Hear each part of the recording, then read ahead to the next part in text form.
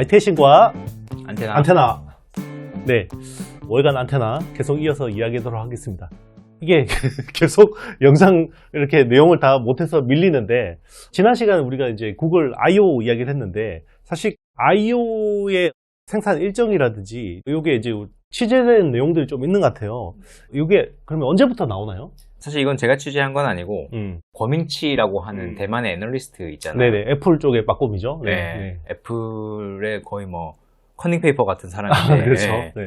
이 사람이 이제 I/O가 언제 이제 AI 전용 디바이스를 내놓을지에 대해서 쭉 취재를 했어요. 그랬더니 한 2027년에 대량 양산 시작한다고 하고 베트남에서 생산이 될 거라고 합니다. 아무래도 뭐 지정학적 리스크 때문에 그렇게 하려고 하는 것 같고. 요거는 그럼 EMS 업체를 쓰는 건가요? 폭스콘 같은 그런 것 같죠.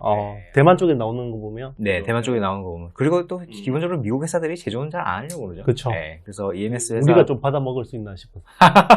그거는 좀 봐야 될 것 같습니다. 가능성 있나요? 근데 일단 1세대 제품이 디스플레이는 들어가지 않는다고 하는 거를 봤을 때는 디스플레이 쪽은 좀 기대는 아직은 못할 것 같고, 대신 카메라나 스피커, 마이크 이쪽은 조금 기대를 해봐도 될 것 같습니다. 이 앞 시간에 우리가 MCNX 얘기했잖아요. MCNX 포함해서 카메라 기업들은 좀 기대를 해도 좋을 것 같은 게, 이런 기기가 기본적으로 카메라가 하나만 들어갈 리가 없죠. 그렇죠. 네, 최소한 이게 목에 차는 타입이라고 하는데, 약간 뭐랄까 회사 출입증처럼 이렇게 목에 차는 타입이라고 하는데, 그러면 최소한 카메라 한 서너 개 들어가지 않겠어요? 그렇죠. 네. 그 애플 비전 프로만 해도 카메라가 6개인가? 카메라 6개 뭐 이런저런 센서 다 해서 한 12개쯤 들어간다고 맞아요. 하니까 예.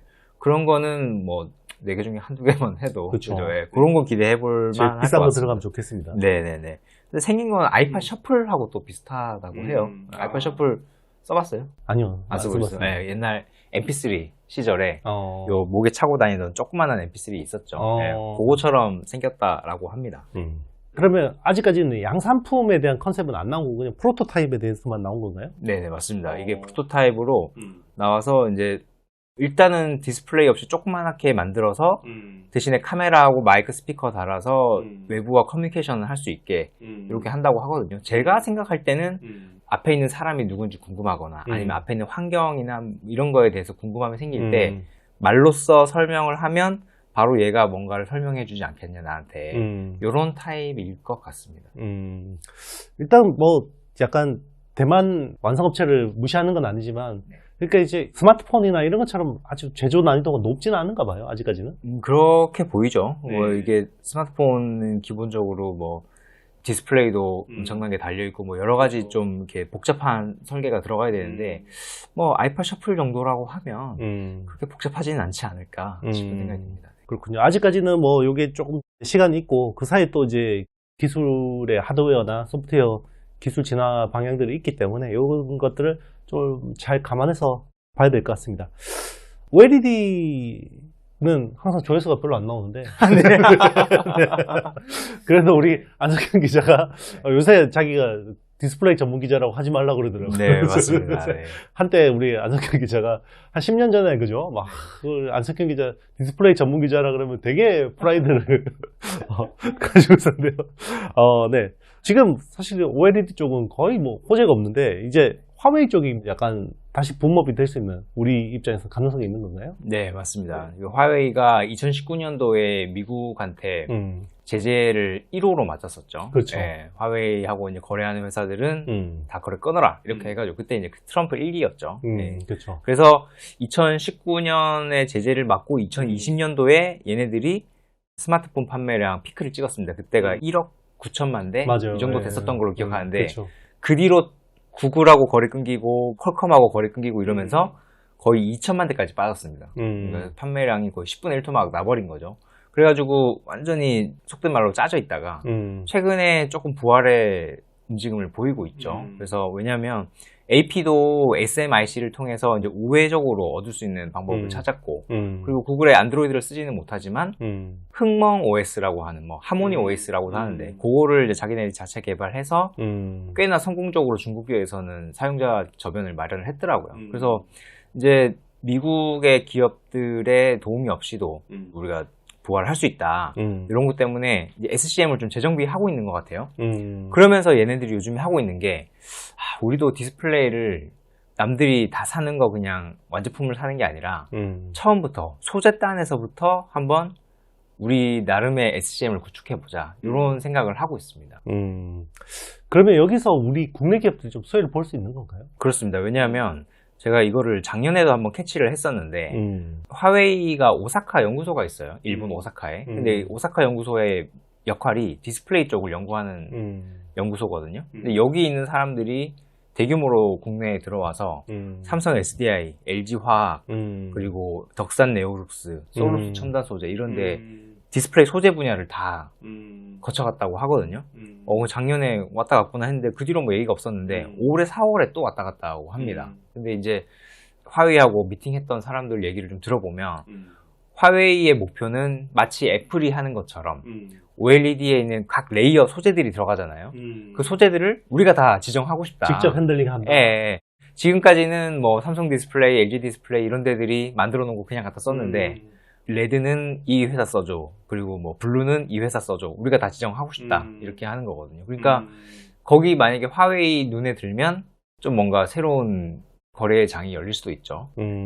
그러면 안석현 기자가 저는 이야기했던 것 중에 우리가 OLED 소재 쪽을 이제 되게 막 긍정적으로 봤는데 이게 재활용, 재사용 기술이 너무 좋아져가지고. 야, 맞습니다. 네. 이쪽에 어떻게 보면 청천벽력 같은 이야기였는데 그쪽 트렌드는 계속 유효한 건가요? 그쪽 트렌드는 네. 있는데 네. 대신에 화웨이랑 거래를 트게 되면 좋은 게 저는 두 가지가 있다고 보는데 첫 번째로는 지금 디스플레이 소재 회사들이 거래하고 있는 디스플레이 패널 업체들 삼성 디스플레이, LG 디스플레이, 뭐 BOE 이런 데들은 소위 말해서 너무 달고 다른 회사들이잖아요. 그렇죠. 그러니까 우리가 뭘 좀 살짝 피처를 얹어가지고 단가를 좀 더 받으려고 해도 그쪽에서 뭐 전혀 뭐 CR도 안 먹히니까.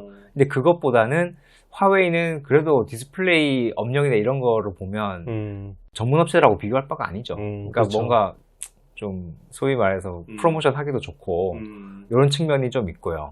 그 다음에 두 번째 장점은 지금 국내 디스플레이 소재 회사들이 중국에 거의 못 들어가고 있습니다. 아, 그래요? 예, BOE, 티안마, 비전옥스하고 거래를 아주 활발히 하는 회사는 LG화학 한 회사 정도밖에 없고 나머지 회사들은 거의 다 빠졌어요. 왜냐하면 중국에서 중국 국산화를 많이 하거든요. 그래서 지금 많이 빠져 있는데 만약에 화웨이랑 좀 코어를 잘 해서 우리가 좀 뭐랄까 니네한테 좀 특화된 커스텀함이 잘 된 재료를 공급을 해줄게 해서 코어가 되면 지금 빠져 있는 완전 중국 패널 회사들에 들어갈 수 있는 거라서 그건 없던 매출이 생기는 거잖아요. 이런 측면은 굉장히 좋다고 할 수 있죠. 물론 아까 앞에서 말씀하신 리사이클에 대한 어떤 리스크는 여전히 남아있기는 합니다. 네. 동진 세미캠하고 솔브레인도 약간 수혜를 본다라고 말씀하시는데 이 주신 내용에서 혹시 이제 이게 뭐 과거 대비해서 좀 더 수혜폭이 커질 수가 있는 건가요? 아, 그런 건 아니고 네. 지금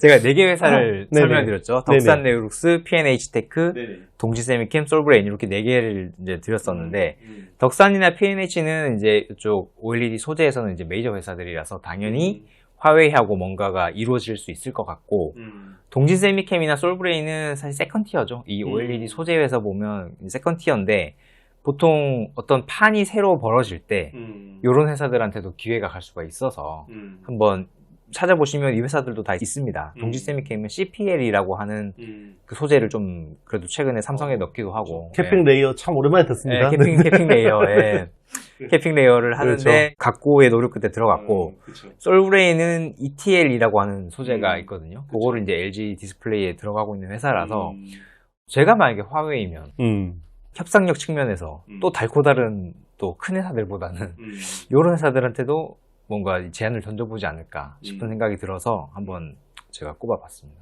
네. 아직까지 뭐 본격적으로 딜이 성사되고 이런 건 아니지만 뭐 굉장히 좀 이제 기회가 있다.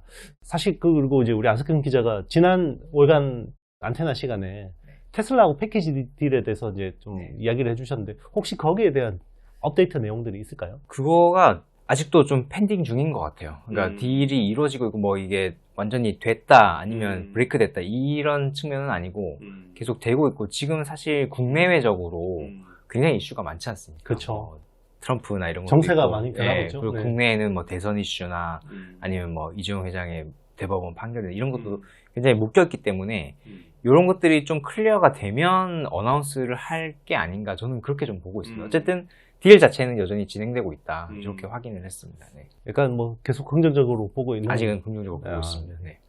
알겠습니다. 좀 더 이제 추가 업데이트 되는 내용들이 있으면 네. 저희 뭐 월간 안테나 시간에 다시 한번 설명해 주시면 좋을 것 같습니다. 네, 저희가 준비한 내용은 여기까지입니다, 여러분. 월간 안테나 시간 오늘도 굉장히 유익하셨죠? 네. 유익하셨다 그러면 우리 안석현 기자 참 홍보 잘해준다. 그죠? 아, 감사합니다. 네. 이지키포스트, 네, 댓글 상단 링크에 이지키포스트 그리고 안석현 기자의 텔레그램 채널 링크 남겨놓도록 하겠습니다. 가서 많이 응원 댓글 그리고 구독 많이 해주시면 좋을 것 같습니다.